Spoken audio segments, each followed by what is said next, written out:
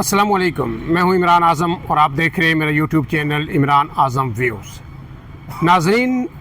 PTI ने एक और मार्का सर किया और ये फतह पीटीआई की है, पीटीआई के कारकुनान की है और फिर जो बानी पीटीआई इमरान खान है उनकी फतह है। उन्होंने एक फ़ैसला किया, उसके बाद कई सवालात उठना शुरू हो गए कि क्या पीटीआई जो है खैबर पख्तूनख्वा में एक जो सूबा है सिर्फ वहाँ पे उनकी हुकूमत थी, क्या वो अपनी हुकूमत भी कहीं खोने तो नहीं जा रही। लेकिन फिर वक्त ने साबित किया कि इमरान खान का फ़ैसला बिल्कुल दुरुस्त था और उन्होंने अपने जो खिलाड़ियों पे एतमाद किया, वो खिलाड़ी उनके एतमाद पर 100% जो है पूरा उतरे और एक भी जो है कारकुन उनका एमपीए इधर से उधर नहीं हुआ। सर तोड़ कोशिशों के बावजूद हर तरह से कोशिशें की गई, अपोजिशन ने की, गवर्नर उसका हिस्सा रहे और फिर अदारों की मुदाखलत भी रही, लेकिन इसके बावजूद अपोजिशन कप्तान की टीम की एक भी विकेट ना ले सकी। और आज जो है सोहेल अफरीदी जिनका तल्लक जो है खैबर से है, वो 90 वोट लेकर जो है वज़ीर आला मुंतखब हो गए हैं खैबर पख्तूनख्वा असम्बली के अंदर। ये इंतहाई जो है एक तारीख साज इसलिए कहूँगा कि एक ऐसे वक्त में वो मुंतखब हुए जब अली अमीन गंडापुर को हटाया गया था, तो फिर जो केपीके की सूरत हाल थी और जो पीटीआई का स्टांस था और ख़ास करके जो सोहेल अफरीदी को जिस वजह से मुंतखब किया गया था, उनके जो माजी का कंडक्ट था, जो उनकी तकारीर थी, जो उनकी पॉलिसी थी, जो उनका स्टांस था, उसको देख के पहले तो ये प्रेडिक्ट किया गया था कि शायद इमरान खान अपना उम्मीदवार तब्दील कर दे और अगर तब्दील नहीं भी करते तो उनके लिए फिर बहुत सी मुश्किलात थी।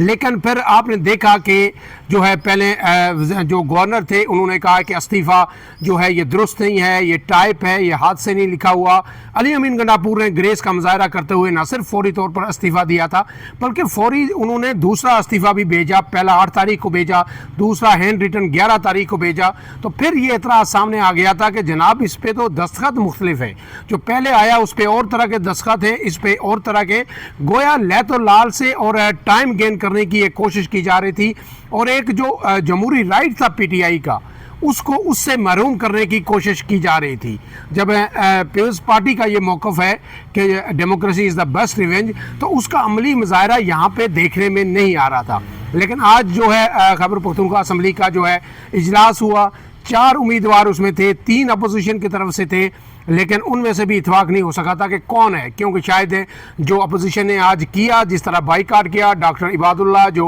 इंजीनियर अमीर मकाम के भाई थे, नून लीग का से उनका ताल्लुक है, अपोजिशन लीडर थे वहाँ पे, तो उन्होंने बाईकाट का ऐलान कर दिया और उन्होंने कहा कि ये सब गैर आइनी है, क्योंकि गवर्नर ने अभी तक पहले वज़ीर आला का इस्तीफ़ा कबूल ही नहीं किया, तो फिर दूसरा वज़ीर आला की मुंतखब होने के लिए ये वोटिंग या ये प्रोसेस कैसे हो सकता है।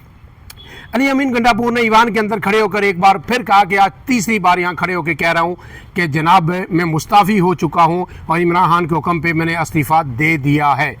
उसके बाद स्पीकर जो थे बाबर सलीम सवाती, उन्होंने रूलिंग दी और उन्होंने कहा कि आइन के आर्टिकल 130 की शिक 8 के तहत सिर्फ ये है कि जो वज़ीर आला है वो मुस्ताफ़ी होगा, उसने इस्तीफ़ा देना है। इससे आगे उस आइन के अंदर आर्टिकल के अंदर कुछ नहीं लिखा हुआ कि उसमें मंजूरी होगी नहीं होगी या क्या प्रोसेस होगा। अगर वज़ीर आला ये एडमिट करता है कि उसने इस्तीफ़ा अपने दस्तखत करके दे दिया है तो इस्तीफ़ा हो चुका है और उसके बाद जो है फिर नए जो कायदेवान हैं उनका जो मुंतखब होना एक आइनी कानूनी प्रोसेस है जिसे पूरा किया जाएगा। इसके बाद फिर वहाँ पे वोटिंग हुई डिवीज़न के, जिस तरह आपको पता है कि वज़ीर आला की वोटिंग शो ऑफ हैंड से होती है, डिवीज़न हुई और जो लोग गए जो है पीटीआई की लॉबी में वज़ीर आला को वोट देने के लिए, उन्हें गिना गया तो उनकी तादाद 90 थी। पीटीआई के जो है 93 वोट क्लेम कर रही थी पीटीआई के हमारे पास हैं, शायद 2 लोग वहाँ पे मौजूद नहीं थे और तीसरे स्पीकर थे, और जो अपोजिशन क्लेम कर रही थी कि हमारे पास 52 है। तो अपोजिशन ने बाईकाट किया और एक भी वोट अपोजिशन के किसी उम्मीदवार को नहीं पड़ा। उसमें जो है शाहजहान यूसुफ को नामजद किया गया था नून लीग की जानिब से, लुत्फुर रहमान जो थे JUIF की जानिब से, और शायद अरबाब ज़र्क थे जो पीपल्स पार्टी की तरफ से, उन्हें उम्मीदवार बनाया गया था। अगर ये वोटिंग होती तो शायद एक उम्मीदवार सामने आता अगर अपोजिशन इसका हिस्सा बनती, लेकिन अपोजिशन ने बाईकाट किया और फिर उसके बाद जब काउंटिंग हुई 90 वोट लेकर सोहेल अफरीदी वज़ीर आला मुंतखब हुए, तो जनाब अली अमीन गंडापुर ने सबसे पहले उन्हें मुबारकबाद दी, इमरान खान की तस्वीर पेश की और फिर उसके बाद जो रवायती पगड़ी होती है, कबायली पगड़ी, वो उनके सर पर रखी। उसके बाद फिर ख़ताब किया सोहेल आफरीदी ने, और उनका जो ख़ताब था उसमें तमाम जो चीज़ें थी, जो पॉलिसी है पीटीआई की या इमरान खान की, उसका नपे तुले अंदाज में और बहुत दबंग अंदाज में अहाता किया गया। ऐसा लग रहा था कि शायद 100% यकीन था सोहेल आफरीदी को कि वो हर सूरत मुंतखब होंगे और उनकी पूरी तैयारी थी। गुज़श्ता रात भी कहा जा रहा था कि शायद कुछ 4 से 5 वोट जो है कम हो जाएं, पीटीआई के 84-85 हो सकते हैं, लेकिन आज उन्होंने 90 वोट लिए। उसके बाद उन्होंने जो ख़ताब किया उसमें जो अपनी पॉलिसी थी वहाँ उन्होंने बड़ा ऐलान किया। पहला बुनियादी ऐलान उन्होंने जो किया कि जनाब वो अभी से इसी वक्त से इमरान खान की रिहाई के लिए जद्दोजहद का आगाज़ कर रहे हैं, और आज से ही उन्होंने काम शुरू कर दिया है। और उन्होंने कहा कि न सिर्फ इमरान खान बल्कि उससे पहले बुशरा बीबी, जिनका सियासत से कोई ताल्लुक़ नहीं है, घरेलू खातून हैं, उनकी रिहाई के लिए वो पहले कोशिश करेंगे और इस जद्दोजहद को आगे बढ़ाएंगे। दूसरा उन्होंने जनाब मुतालबा किया, जो पहला बड़ा मुतालबा इस्टेब्लिशमेंट से किया, रियासत से किया, कि फौरी तौर पर जो है खैबर पख्तूनख्वा के अंदर जो फ़ौजी ऑपरेशन है दहशत गर्दों के ख़िलाफ़ ये बंद किया जाए और बातचीत से इस मसले को हल किया जाए। उसके बाद उन्होंने ये भी कहा कि जनाब जो अफ़गानिस्तान के हवाले से या अफ़गान माजरीन के हवाले से जो पॉलिसी है ये दुरुस्त नहीं है, इसको तब्दील किया जाए और ज़बरदस्ती अफ़गान शहरियों को यहाँ से वापस न भेजा जाए। उन्होंने कहा है कि इस पॉलिसी पर नज़रसानी की जाए। तीसरी बात उन्होंने ये की कि कहीं भी अगर कोई ऑपरेशन नागज़ीर है, दहशत गर्द मौजूद हैं, तो वहाँ के जो कबायली अमायदीन हैं उनकी मुशावरत के बगैर कोई ऑपरेशन नहीं होगा। और उन्होंने वाज़ेह किया कि वो इस ऑपरेशन की किसी सूरत हमायत नहीं करेंगे जो इस वक्त खैबर पख्तूनख्वा के अंदर जारी है। इसके बाद उन्होंने तकरीर के अंदर वाज़ेह तौर पर यह कहा कि लोग जो है सियासत करते हैं, कारकुन हैं इमरान खान के, लेकिन मैं इमरान खान से को बताना चाहता हूं कि मैं उनसे इश्क करता हूं। और शायद यही वो वजह थी, यही इमरान खान कन्विंस थे कि जो अब सोहेल हैं आफरीदी, वो उनकी जो सोच है उससे बिल्कुल हम आंग है उनकी सोच, और इसीलिए उन्होंने उन्हें कायदे ईवान जो है नामज़द किया था और वो कामयाब भी हुए।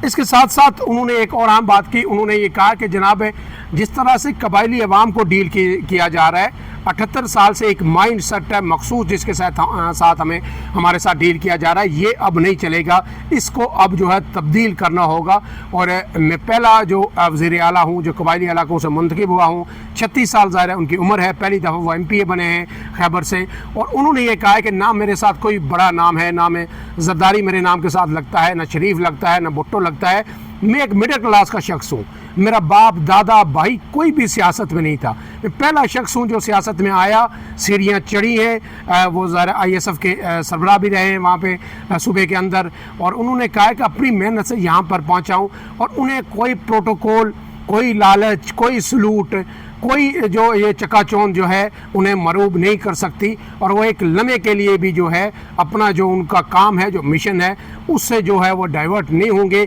और जब भी इमरान खान कहेंगे, इमरान खान की अमानत है, वो ये ओहदा छोड़ देंगे।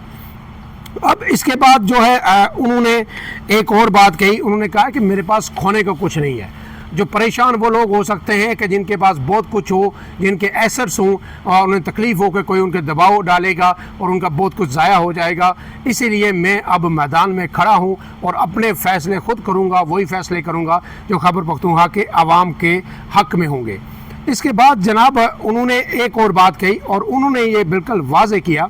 कि यहाँ पे जो इंटेलिजेंस बेस्ड ऑपरेशन जो अदारे कर रहे हैं, उन्होंने कहा कि वो तवील अरसे से हो रहे हैं, लेकिन हमें उसका कोई नतीजा नज़र नहीं आया, लिहाजा अब ये बंद किए जाए ऑपरेशन, और बातचीत से जो है इस मसले का हल निकाला जाए। इसके साथ साथ उन्होंने ये भी कहा, पश्तून तहफ़्फ़ुज़ मूवमेंट का भी उन्होंने जिक्र किया कि उन्हें पाबंदी लगाई गई, फिर बेशुमार लोगों को शेड्यूल 4 में जो है वो डाला गया, तो ये दुरुस्त नहीं है। हम सब वफाकी हुकूमत से रिक्वेस्ट करेंगे कि इन सब को इससे निकाला जाए। उन्होंने मीडिया का भी शुक्रिया अदा किया, उन्होंने अरशद शरीफ को भी याद किया, उनकी कुर्बानियों का भी जिक्र किया, और उसके साथ साथ उन्होंने ये कहा कि इस मुल्क के अंदर जो इस्टेब्लिशमेंट है, जो असल इस्टेब्लिशमेंट है, वो हमारा सोशल मीडिया है, और वही जो है फैसले करता है। और उन्होंने कहा है कि इस मुल्क की इस्टेब्लिशमेंट यहाँ की अवाम है, यहाँ की जो रियासत है वो अब इमरान खान है। इसलिए इमरान खान है कि जो है रियासत की अवाम, मुल्क की अवाम इमरान खान के साथ है। बड़ी ही जो है दबंग किस्म की उनकी तकरीर थी। वो तमाम चीज़ें जो लोग उनके पीटीआई के लोग, कारकुनान,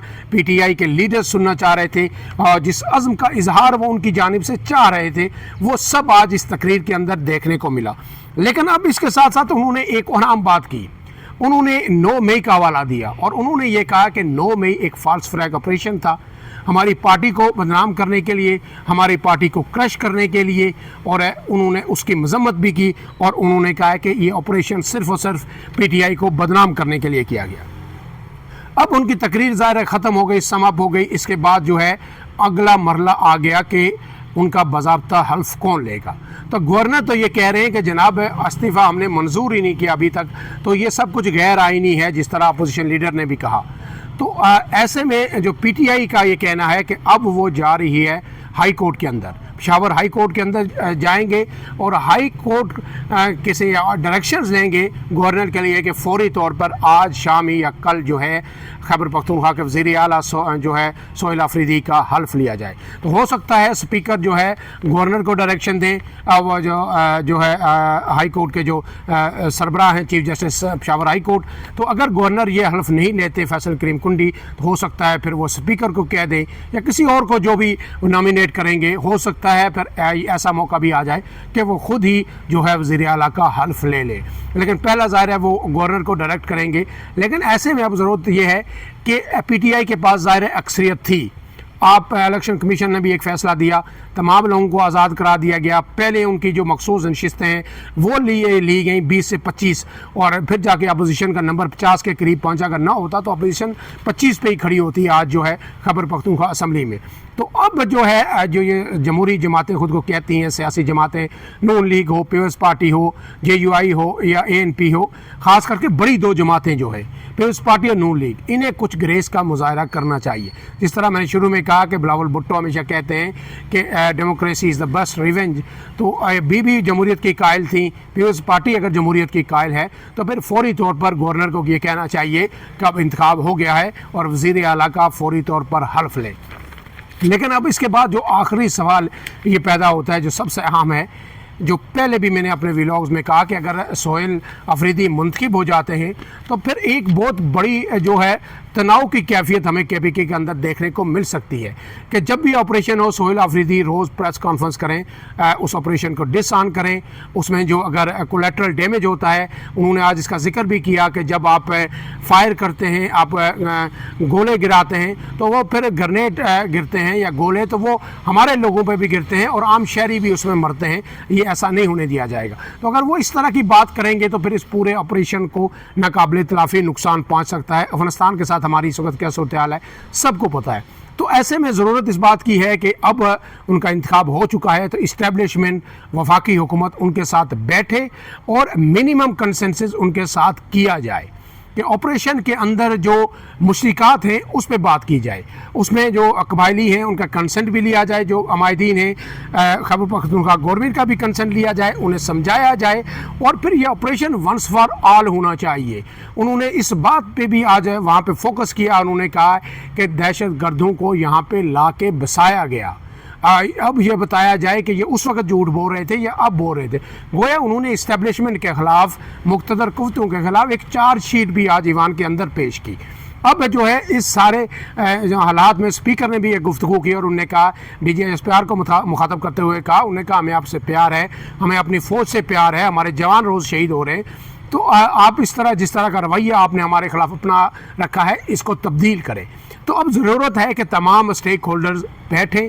और जो इस वक्त खित्ते की सूरत हाल है, जो अफगानिस्तान से हमें थ्रेट्स हैं, जो भारत की जानिब थ्रेट्स हैं, उनको रियलाइज़ करें। जो दहशत गर्दों की तरफ थ्रेट्स हैं, जिस तरह अफगानिस्तान के वज़ीर ख़ारजा जाके भारत में बैठ के जिस तरह की वो बोली बोल रहे हैं, तो ये अब खैबर पख्तूनख्वा हुकूमत को भी, PTI को भी समझ आ जाना चाहिए।